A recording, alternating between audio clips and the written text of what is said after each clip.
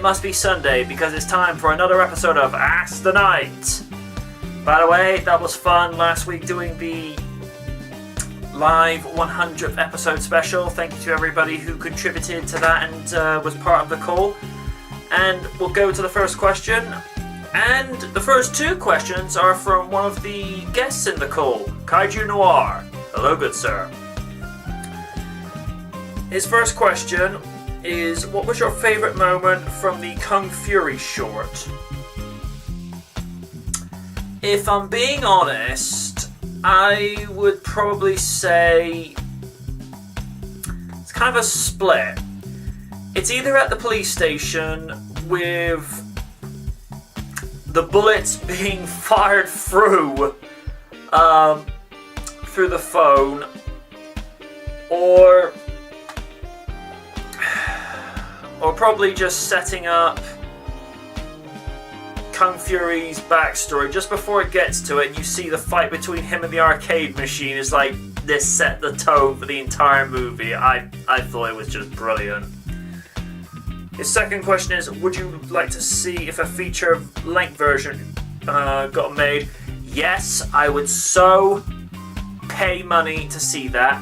Little known fact, I have actually seen Iron Man 5 times at the pictures. I would happily watch a feature-length Kung Fury movie again and again and again and again and again until I just got tired of going to the theatre to see it.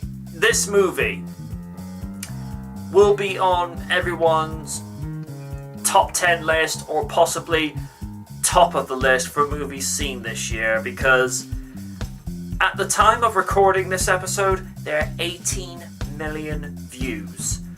Just like to say to David Sandberg and Laser Unicorns, thank you so much for giving us this movie.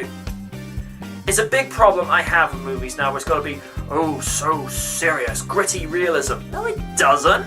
We want movies that make us laugh. Movies where we see cheesiness.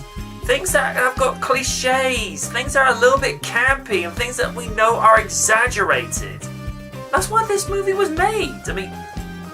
David Sandberg said this is a love letter to 1980s action flicks. And they got so many things right in 18 minutes.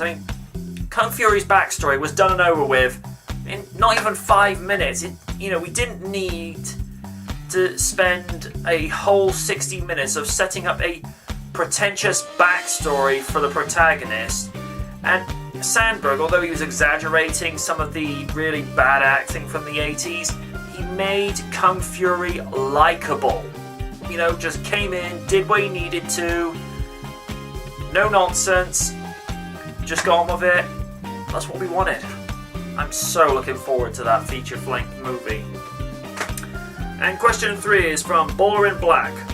Question, good sir. Favorite Chloe Grace Moretz movie?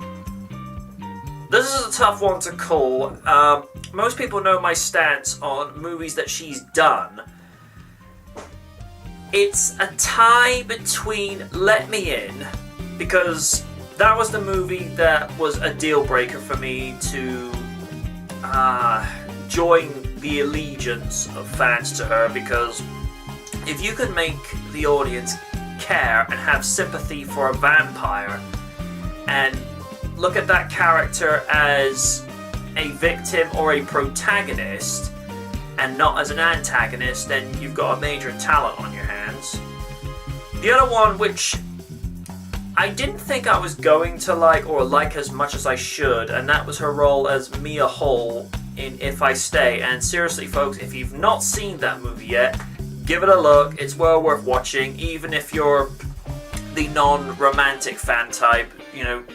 Chloe will just make you like and adore Mia in 2 seconds flat. She's just that good.